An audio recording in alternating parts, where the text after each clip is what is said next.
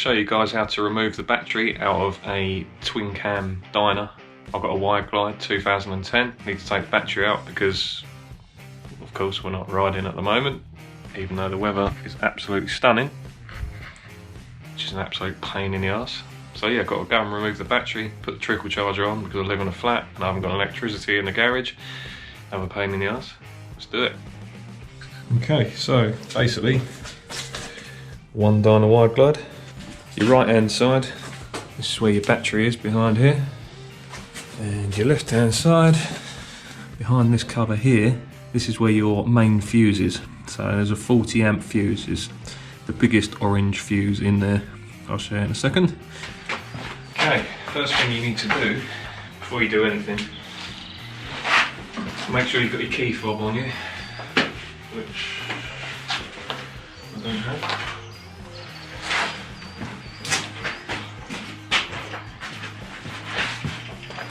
That's what you need. Right, should have done this first really.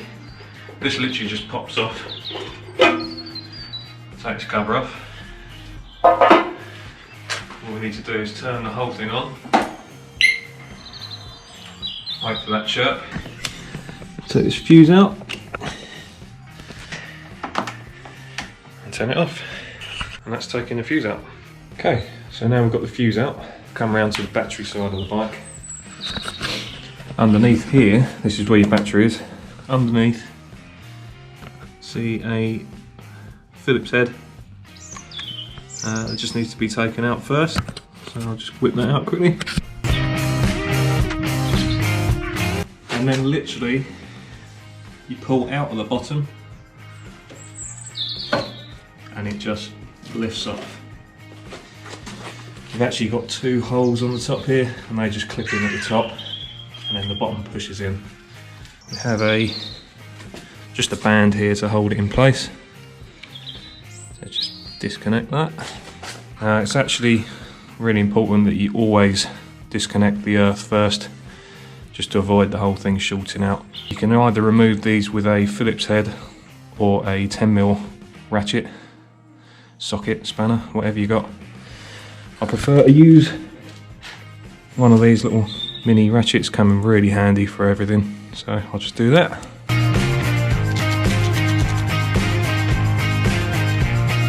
Make sure you don't lose these. Also, you notice I've got a SAE plug, so you may or may not have one of those, doesn't matter either way. Just remove this one as well.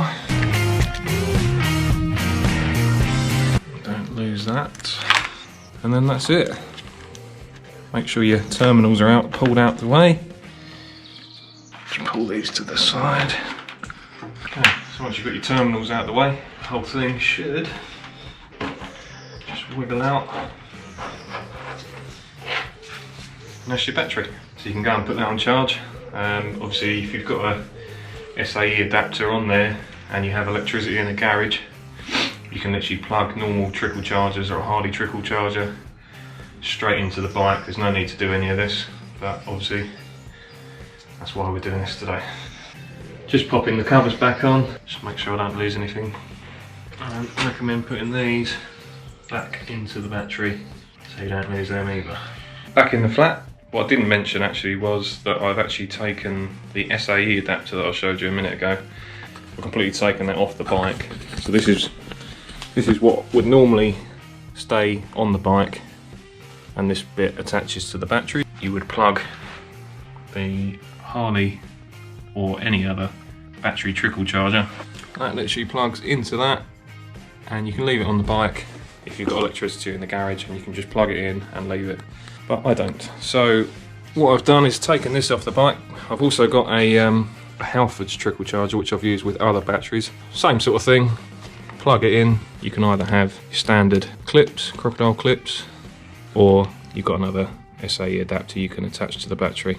You can pick these pretty cheap from Halford's as well. Just got to put this back on the battery now. Always connect your positive first. Just put this side on.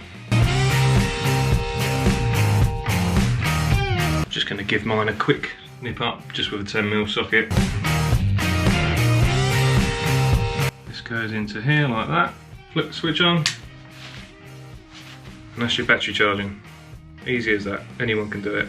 And when you put the battery back on, just do everything in reverse. So put the battery back in the box, connect the positive terminal, then the negative, put your battery cover back on, put the fuse back in, start your bike.